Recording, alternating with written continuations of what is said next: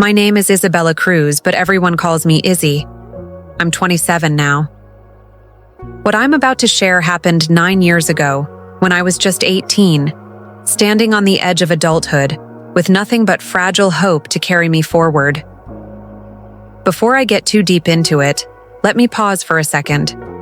If you're here listening, don't forget to hit that subscribe button. It helps me keep telling these stories.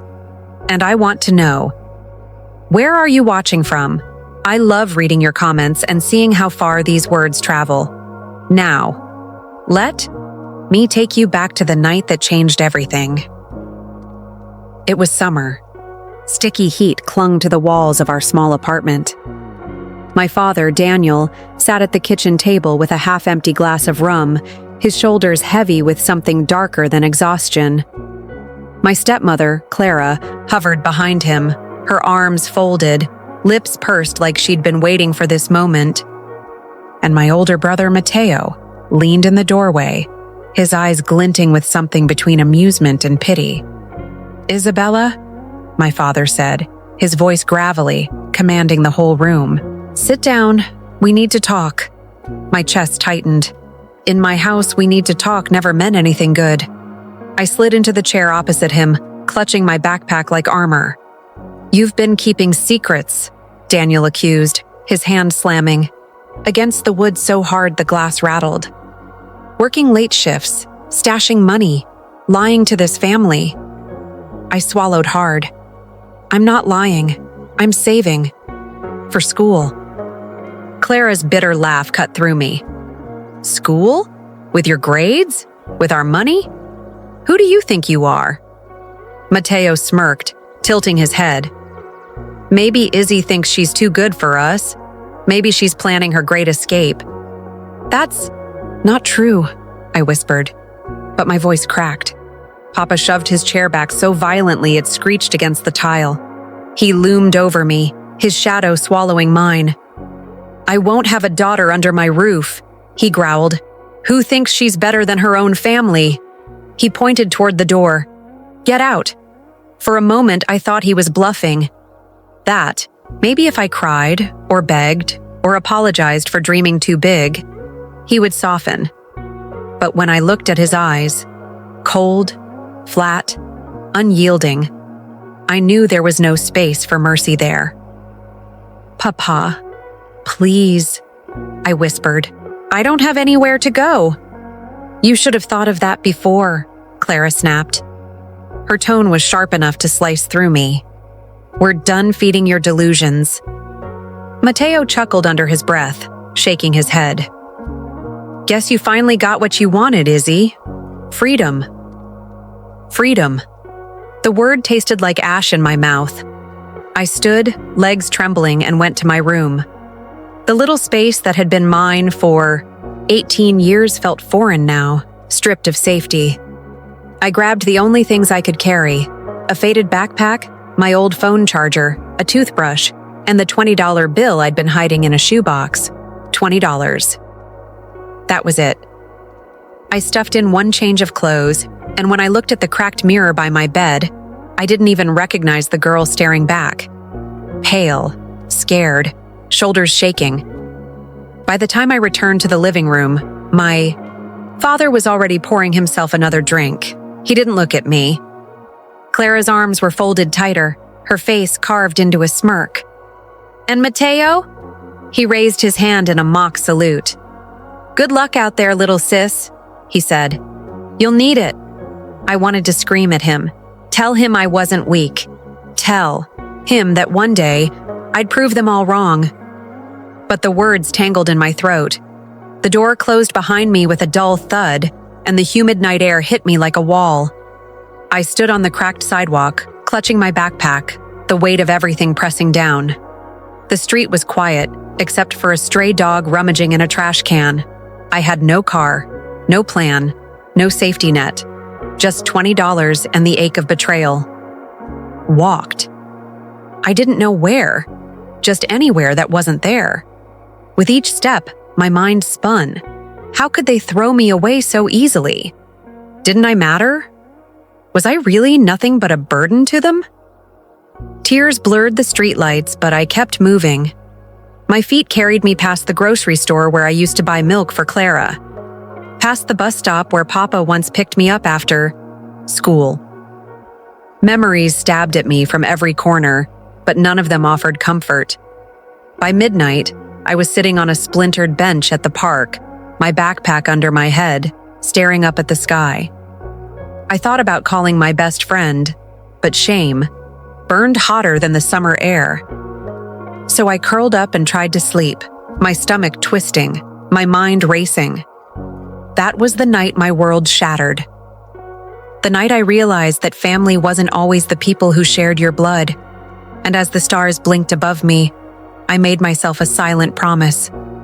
If I survived this, if I ever built a life worth living, I would never let them back in. But promises are easy to make at 18. Keeping them? That's another story. The first night wasn't the hardest. The hardest came after. When the sun rose the morning after I'd been thrown out, I was still sitting on that park bench, stiff, sore, splinters digging into my back. My stomach growled so loud I swore the joggers passing by could hear it.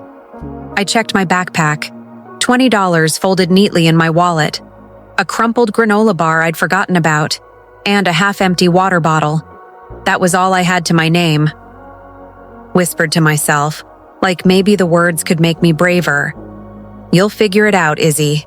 You have to. By noon, I had walked 3 miles to the coffee shop where I used to work. The manager, Mr. Reyes, was a gruff man with a permanent scowl, but he knew me. I thought maybe, just maybe, he'd let me pick up a few extra shifts. When I walked in, his eyes narrowed. Izzy, what are you doing here? I need more hours, I admitted, trying to keep my voice steady. As many as you can give me. He rubbed the back of his neck. Look, kid, I already filled your spot. You've been missing shifts. I can't count on you anymore. I opened my mouth to explain, but the words stuck. He didn't care that I'd been kicked out, that I'd been forced into survival mode overnight. All he saw was an unreliable worker. Sorry, he said, though his tone wasn't sorry at all. Try again in a few months. A few months? I couldn't survive a few days. I left, my chest tight, my throat burning. The heat pressed down as I wandered the streets. I thought about calling my mother's sister, Aunt Lucia, but she lived 2 hours away and hadn't spoken to Papa in years. If she took me in, it would only cause more drama. By the third night, my $20 had dwindled to $8.50 after a cheap sandwich and a bus ride. I slept behind the library, curled up with my backpack under my head, listening to the buzz of the streetlights. That's when my phone buzzed. A text. It was from Camilla, my best friend since middle school. Hey, I heard what happened. Are you okay? Where are you? My hands shook as I typed back. Not okay. Don't have anywhere to go, she replied instantly. Come to my place. You can crash here for a while. Relief hit me so hard I almost cried. Maybe I wasn't completely alone. Maybe friendship could fill the gap where family had failed. I arrived at her apartment 20 minutes later. Camilla's mom wasn't home, so it was just us. She hugged me at the door, her perfume sweet and comforting. You can stay as long as you need, she promised. We'll figure this out together. For the first time in days, I let myself breathe, but comfort doesn't always last. By the end of the week, Camilla started acting different, distant. She'd go out without telling me, come home late, avoid eye contact. And one night, I overheard her on the phone. She's here again, Camilla whispered harshly. Yeah, I know. But what am I supposed to do? My mom doesn't want her staying much longer. It's not my problem she got kicked out. Her words sliced through me. Not my problem. When she hung up, I stepped into the hallway. So that's how you really feel? Camilla jumped, her face paling. Izzy, I didn't mean, yes, you did. My voice cracked, but I didn't stop. Don't worry. You won't have to deal with me anymore." I grabbed my backpack. She tried to stop me, but I shook her off. My chest felt like it was caving in. First my family, now my best friend. Was I really so disposable to everyone? I ended up back at the park that night, curled under the bench, my body trembling. But somewhere between anger and despair, a fire lit inside me. If no one was going to save me, I'd save myself. The next morning, I marched into the diner down the street. Hair messy, clothes wrinkled, but determination burning in my eyes. The owner, Mrs. Patel, looked me up and down. "Can you handle long shifts?" "Yes," I said without hesitation. "Even the weekends?" "Yes." She paused, then nodded. "Fine, you start tomorrow, minimum wage plus tips." It wasn't glamorous. It wasn't the future I had dreamed of. But it was a start. And in that greasy little diner, with the smell of frying bacon and the clatter of plates, I would begin to claw my way towards something bigger. Something that would one day make my family regret ever shutting that door. But at that moment, I had no idea. The diner wasn't just a job. It was where I would meet someone who would change everything, for better and for worse. The diner smelled like old grease and strong coffee. It wasn't glamorous, but to me, it was a lifeline. On my first day, Mrs. Patel handed me a stiff apron and pointed toward the counter. "Take orders, smile when you can, and don't drop anything." Nodded, clutching a notepad like it was sacred scripture. The customers weren't kind. Some barked orders without looking up from their phones. Others complained about their toast being too dark, their coffee too cold, their eggs too runny. I forced myself to smile anyway, because every table meant tips, and tips meant survival. By the end of my first week, I had $120 saved. It wasn't much, but it felt like the start of something. One night after closing, I slumped into a booth to rest my aching feet. That's when I heard a voice. "You're new here, huh?" I looked up to see a guy maybe a year or two older than me, leaning against the counter with an easy grin. He wore a faded hoodie, sleeves pushed up to reveal strong forearms. "Yeah," I said cautiously. He extended a hand. "I'm Mateo, dishwasher, and part-time comedian, if you count bad jokes." I hesitated, then shook his hand. His palm was rough but warm. Mateo had that kind of charm that made people want to listen.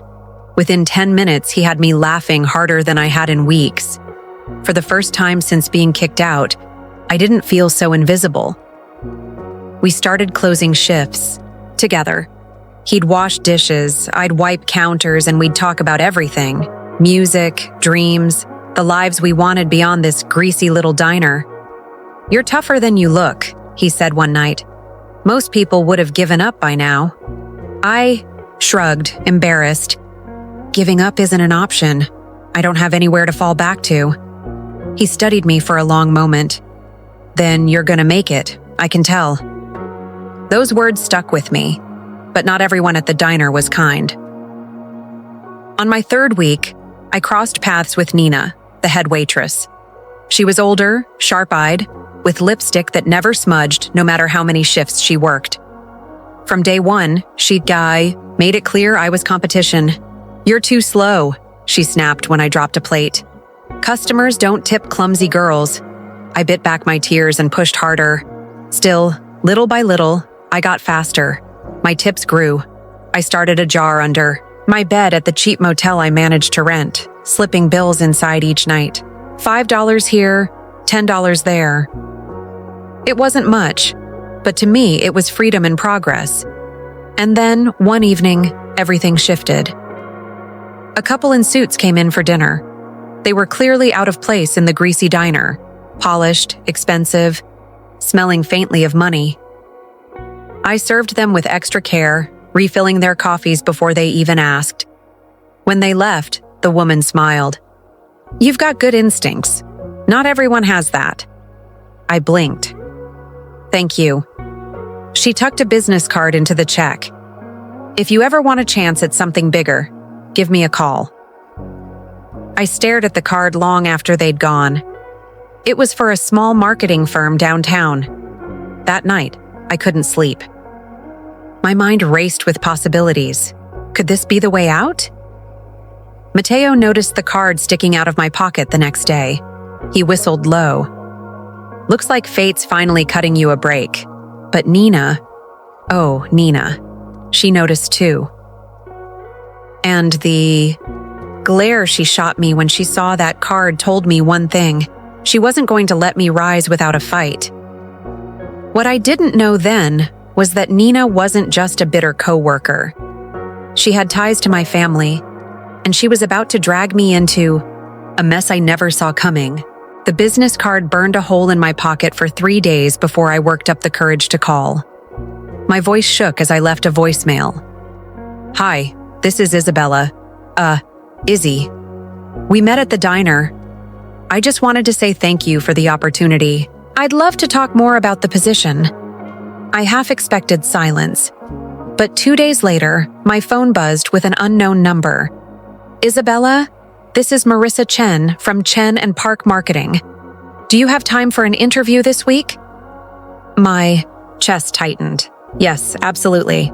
I hung up and pressed the phone to my chest, whispering to myself, "This is it. This is my way out." Mateo grinned when I told him, "You're gonna crush it. I'll even iron your shirt for you if you need." True to his word, he showed up at my motel that night with an old iron and pressed my only button up until it almost looked professional. The interview was nerve-wracking. My hands shook as I answered Marissa's questions about people skills, adaptability, and why I wanted to work in marketing. Finally, she leaned back, studying me. "You don't have much formal experience, but you've got grit. That matters more than a polished resume. We'll give you a trial run." I nearly cried right there in her office. My first week at Chen Park was a whirlwind. I started at the bottom, filing papers, making coffee runs, learning the software. But for once, I wasn't invisible. People noticed my effort. Marissa, in particular, seemed impressed. She called me into her office one evening after most of the staff had left. "You remind me of myself at your age," she said. "Hungry, determined, don't lose that."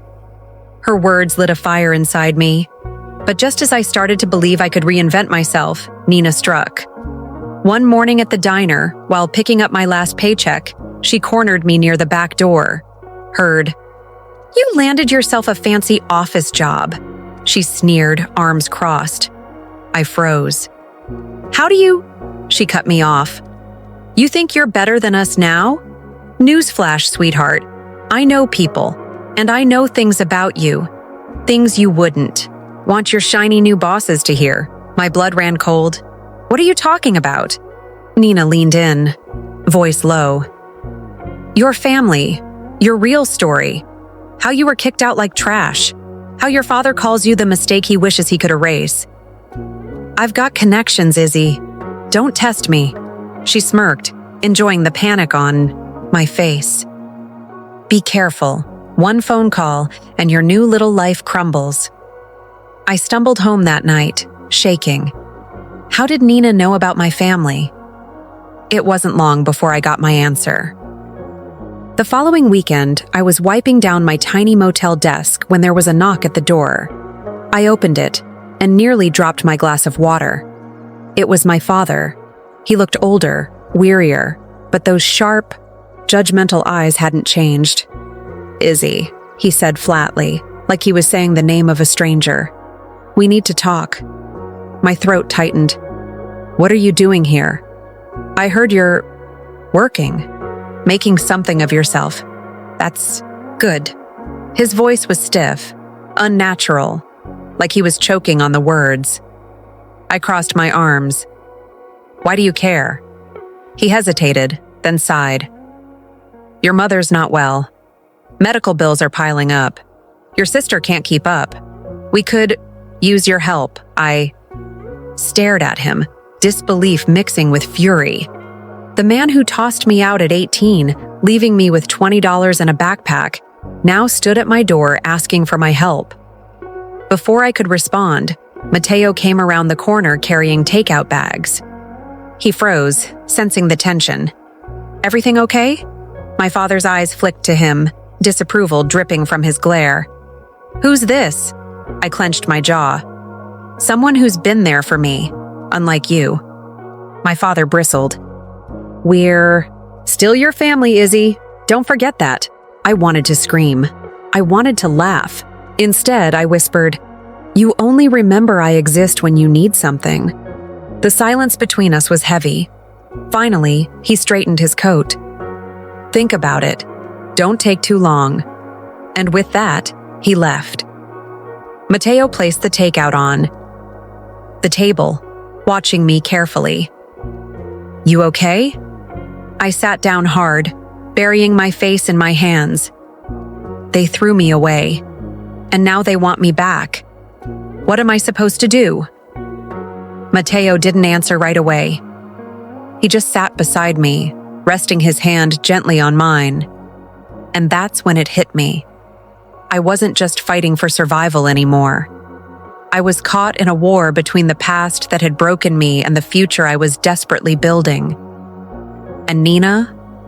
She was the ticking bomb waiting to make sure the two worlds collided. The days that followed felt like a storm brewing on the horizon. At work, I kept my head down, learning everything I could. Marissa trusted me with more responsibility, drafting client pitches, attending strategy meetings. For the first time, I felt like I wasn't just surviving, I was becoming someone. But in the back of my mind, Nina's threat festered. I knew she wouldn't just sit back, and sure enough, it happened. One Monday morning, Marissa called me into her office. Her expression was colder than usual. "Isabella," she said, sliding a folder across the desk. "Do you want to explain this?" Inside were printouts, social media posts from old classmates mocking me, screenshots of gossip threads about how I'd been kicked out, rumors about why my family abandoned me. All the ugliest parts of my past, twisted into something shameful. My stomach dropped. This isn't true," I stammered. "I mean, some of it happened, but not the way it's written." Marissa's gaze softened just slightly. "I don't care about rumors. What I care about is how you handle this. People will always try to drag you down when they see you rising. So, what are you going to do?" Her words were a test, and for the first time, I realized I didn't have to be the girl with $20 and a backpack anymore. That night, I confronted Nina. She was leaning against the alley wall behind the diner, cigarette in hand, like she'd been waiting for me. "Enjoy the little gift I sent your boss?" she asked with a smirk. I clenched my fists. "Why? What do you get out of ruining me?" She blew out a stream of smoke, eyes narrowing. "Because girls like you think you can just run away from where you came from, but you can't. Trash stays. Trash." Her words cut deep, but something inside me snapped. "No," I said firmly. "Trash is what people throw away. And you're right, my family threw me away. But I climbed out of that dumpster. I made something out of nothing. And I'm not going back." Nina's smirk faltered for just a second. Then she scoffed, flicked her cigarette to the ground, and walked away. For once, I didn't feel small in her shadow. But the real test came the following weekend. My sister Amelia showed up at my motel. She looked exhausted, her eyes puffy from crying. "Mom's getting worse," she said softly. "Dad, he doesn't know what to do. Izzy, we need help." I swallowed hard. Part of me wanted to slam the door. Part of me wanted to collapse into her arms and cry. Instead, I whispered, "You didn't care when I needed you." Tears welled in her eyes. "I know. I was scared. Dad said things. We believed him. But I see you now. You're stronger than any of us. Please, don't let Mom suffer for our mistakes." Her voice cracked. and suddenly she wasn't my rival anymore. She was my sister, flawed, scared, but reaching for redemption. I closed my eyes, remembering nights in the motel when hunger clawed at my stomach, when loneliness made me feel invisible. I had every right to turn my back, but I didn't. "I'll help with Mom's bills," I said finally. "But I'm not coming back. I built a life without you, and I won't give it up." Amelia nodded, tears streaming. "That's fair. Thank you." When she left, I sat on my bed staring at the jar of money I'd been saving. It wasn't much, but it was mine. And yet, maybe true power wasn't just hoarding what I had. Maybe it was choosing how to use it. Weeks later, Marissa promoted me officially. I wasn't just the girl with potential anymore. I was a rising strategist at Chen and Park. At my desk, I placed the old backpack I'd been kicked out with, now worn and faded. It sat in the corner like a silent witness. To me, it wasn't just a reminder of where I came from. It was proof that survival could turn into success. Sometimes I'd glance at it and whisper, "I made it." And then, speaking directly to you, the person listening to my story. There are stories that aren't just stories. They're warnings. They're lessons. They're proof that being thrown away doesn't mean you stay broken. So if you're watching this, if you've ever felt abandoned or betrayed, remember this: your ending hasn't been written yet.